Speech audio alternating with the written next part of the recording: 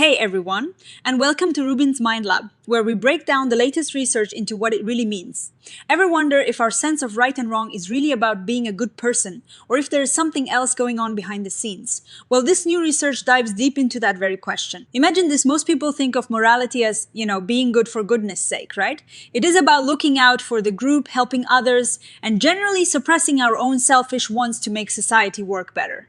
That's what a lot of smart scientists have assumed too. But what if there is more to it? What if we also use our moral compass not just to be good, but to get what we want? This paper, Strategic Morality, explores this fascinating idea. It suggests that while we use cooperative principles to talk about morality, the real driving force sometimes is our own self-interest. And the wild part is, we often genuinely believe our self-serving moral views are truly principled. This is what they call strategic morality. These researchers propose a model that looks at how different situations or moral arrangements offer different advantages to different people. They then look at how people's view of these advantages shapes their moral opinions in ways that serve their own interests. They then review a ton of studies looking at things like dating, money, personal weaknesses, and even family to see if this holds up. The traditional idea in moral psychology is that morality is all about cooperation. It helps us understand why we help each other, why we even care about what others do, and how societies function. When we call something immoral, we usually point to how it harms someone. Even for things that don't seem to harm anyone directly, like certain personal choices, we often imagine a victim or some broader harm to society. This harm to a victim idea is like the basic grammar of morality. So the big question here isn't if morality helps us cooperate. It clearly does. The real question is whether we also use that same moral language, the same cooperative rules, to get ahead personally. The researchers offer a definition of morality that focuses on what makes a judgment moral. It's when we believe something is wrong based on principles that should apply to everyone, not just because we personally don't like it. This is key because it means even if our underlying motivation is selfish, we frame our moral arguments in a way that sounds universal and principled. They point out that the cooperation idea doesn't explain everything about morality. Sometimes we condemn behaviors that have little to do with cooperation, like certain personal choices or even private thoughts. This suggests morality is bigger than just keeping the peace. Just because we talk about morality using cooperative rules doesn't mean that's the only thing driving our moral thinking. Our inner motivations might be different, even if we phrase our judgments in terms of fairness or harm. And get this, ordinary people often suspect this strategic use of morality. We tend to be wary of someone who is super preachy in public, especially if it seems like they're doing it to look good. We instinctively sense that there might be a hidden agenda. Building on previous ideas, researchers like Desioli and Kurzban suggested that morality helps us take sides in conflicts, in a way that seems fair and objective, even when our interests might be pushing us one way. These earlier ideas paved the way for the current paper by highlighting how self-interest plays a role in what moral rules we find important. To explain how this strategic morality works, they introduce the idea of affordances.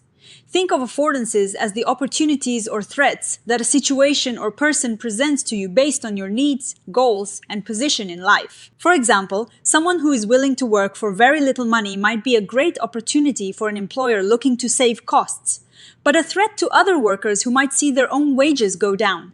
The same person offers different affordances to different people. The researchers argue that we do the same thing with moral ideas. We get a gut feeling about how a particular moral stance will affect us, our interests, our weaknesses, our goals. Basically, the moral landscape is not the same for everyone.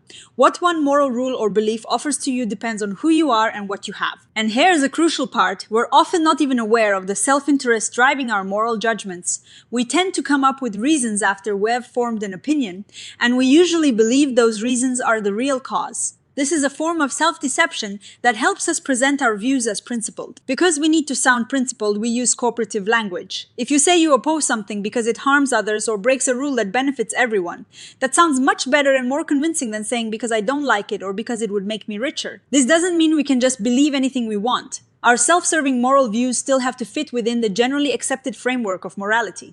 We can't just say, I think stealing is fine because I want to steal things. It has to be framed in a way that sounds like it benefits more than just ourselves. This paper focuses on two aspects: our moral judgments, what we think is right or wrong, and partner choice, who we like and value. They're not so much looking at whether we do moral things, but how our moral opinions are formed and how we choose who to be around. Let's look at some examples. Take abortion. People who oppose it often talk about the sanctity of life or protecting the unborn. This fits the cooperative grammar, but the research suggests that people who stand to gain more from strict sexual norms, like those invested in long-term relationships, are more likely to oppose abortion. Their policy preferences might show this too, perhaps favoring policies that discourage casual sex over those that simply reduce abortion rates. Same-sex marriage is another example. Opposition often comes wrapped in concerns about family stability. But again, individuals who are highly invested in traditional, exclusive heterosexual relationships might see acceptance of same-sex marriage as a sign that sexual norms are loosening, which can threaten their own relationship stability. Even attitudes towards recreational drugs are tied to reproductive interests. People who prefer committed relationships are more likely to condemn drug use, possibly because they see it as promoting casual sex and undermining stable pair bonding. This shows that our political views aren't just one big liberal or conservative thing.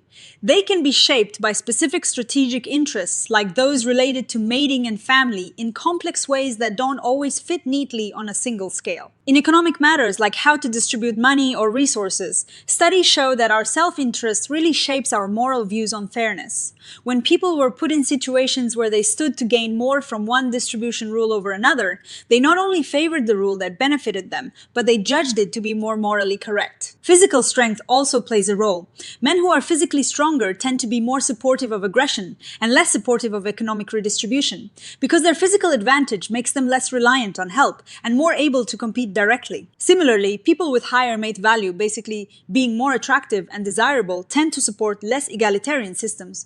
They benefit more from competition and hierarchies where their desirable traits give them an advantage. And what about vulnerability? People who are more vulnerable, whether it's due to poverty, social isolation, or physical weakness, tend to be harsher in their moral judgments of others' harmful behaviors. This isn't about being generally stricter, it's about being more vigilant about behaviors that specifically threaten those who are already vulnerable.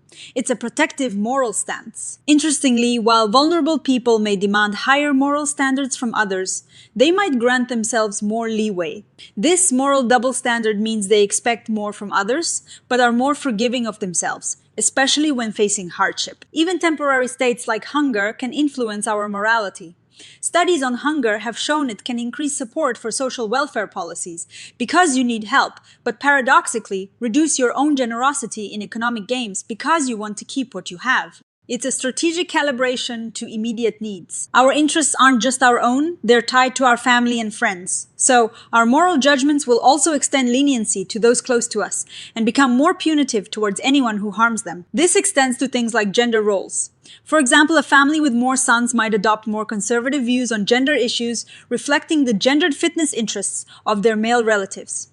It's about promoting the interests of your kin network. Beyond the content of our moral beliefs, the way we express them matters. We use morality to build a good reputation. Being seen as moral makes us seem trustworthy and cooperative, which opens doors to better social partners. When we see someone making strong moral judgments, especially if they're willing to incur costs to enforce them, we infer they are highly trustworthy. This makes moral expression a tool for social signaling. This drives a motivation to appear moral. We might adjust our public pronouncements to signal our good character, even if our private beliefs are a bit more flexible. Interestingly, people adjust their moral judgments depending on who they want to impress. If they want to seem warm and caring, they'll lean towards strict moral rules. If they want to seem smart and effective, they might favor a more utilitarian approach that focuses on outcomes. But there is a catch. While we like moral people, we don't like people who seem to be trying too hard to look moral. It's like they're using morality for social gain.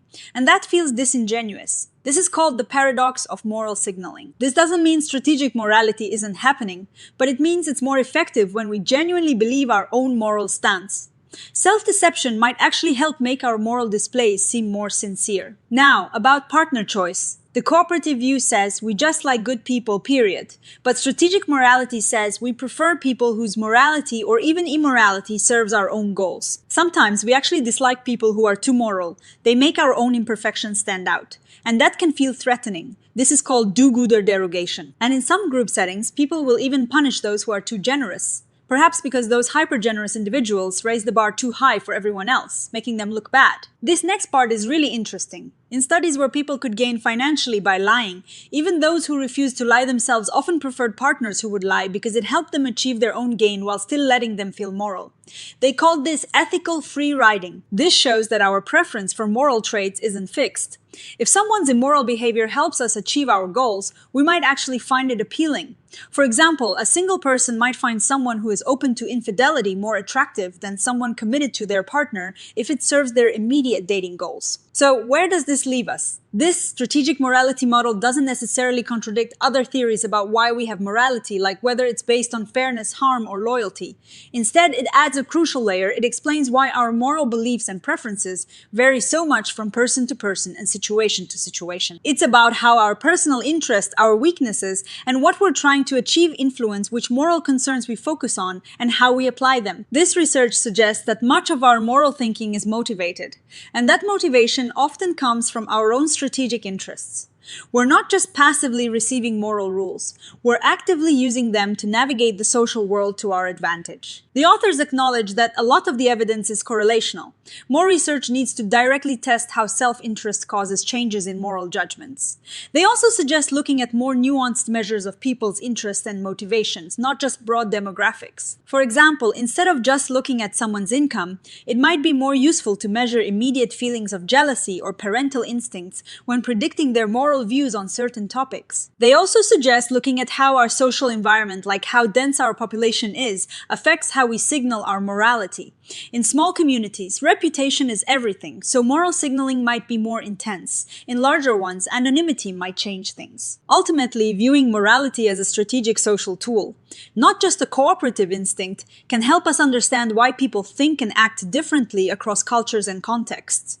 It opens up a whole new way of looking at why we believe what we believe. So, morality isn't just about how we get along. It's also a powerful resource we use to get ahead and shape our world. It's about promoting group welfare. Yes, but it's also about advancing our own personal goals. What do you guys think? Does this idea of strategic morality resonate with you? Let me know in the comments below, and if you found this breakdown helpful, please give it a thumbs up. Subscribe to RUBIN'S MindLab for more science insights and hit that notification bell so you don't miss our next video. Thanks for watching.